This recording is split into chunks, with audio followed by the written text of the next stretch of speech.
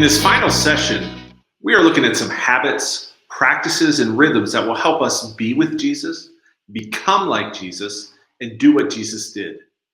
John Mark Comer calls these habits a rule of life. Monks throughout the centuries are organized in monasteries by various rules of life, and they can be helpful for us in our walk with Jesus as well. We need to remember, no one grows in their faith by accidents. There are regular habits that create space for the Holy Spirit to work.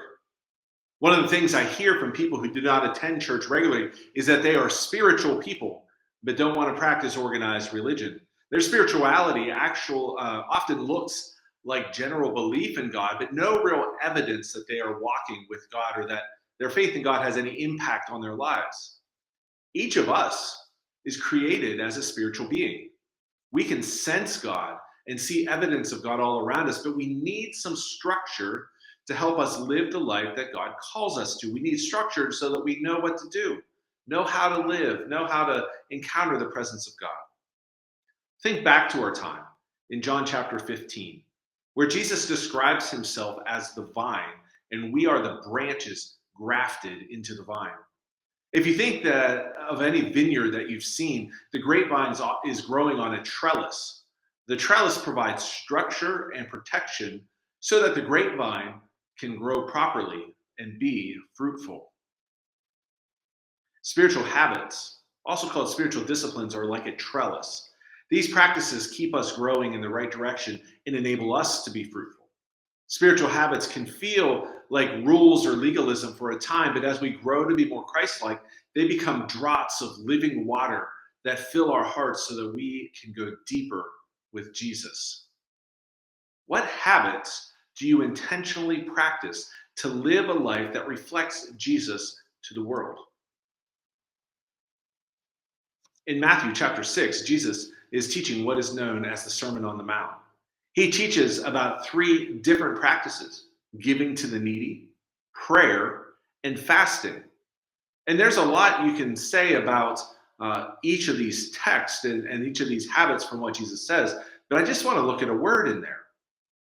Because if you look at the text, Jesus doesn't tell them to practice these habits, but he teaches them how to do it when they practice these habits. There are certain spiritual practices and habits that generations of Christians have found essential to spiritual growth. And caring for the poor and the needy, prayer and fasting are just a couple of those habits. The bottom line is that we cannot become like Jesus through osmosis.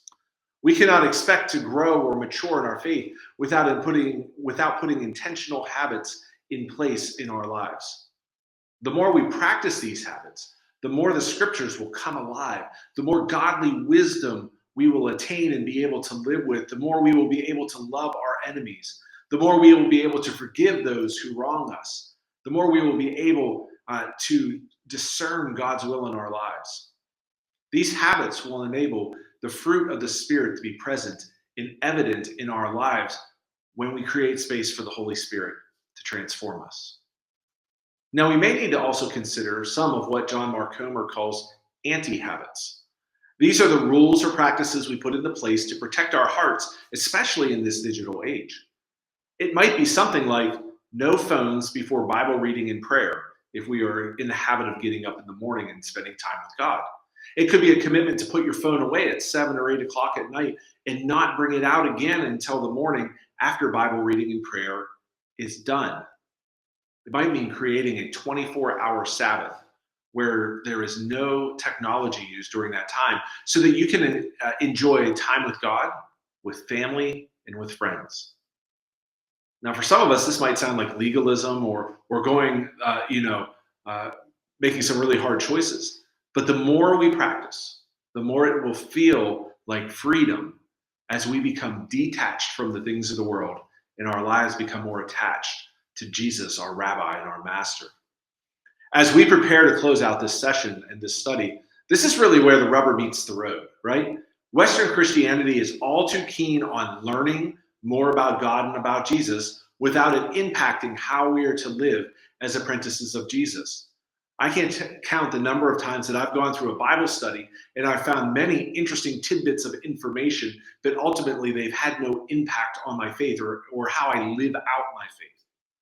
The entire intent of this study is to move us into a deeper fellowship with Christ where our lives are changed, where how we live is changed because we've spent more time with Jesus and we do the things that Jesus did.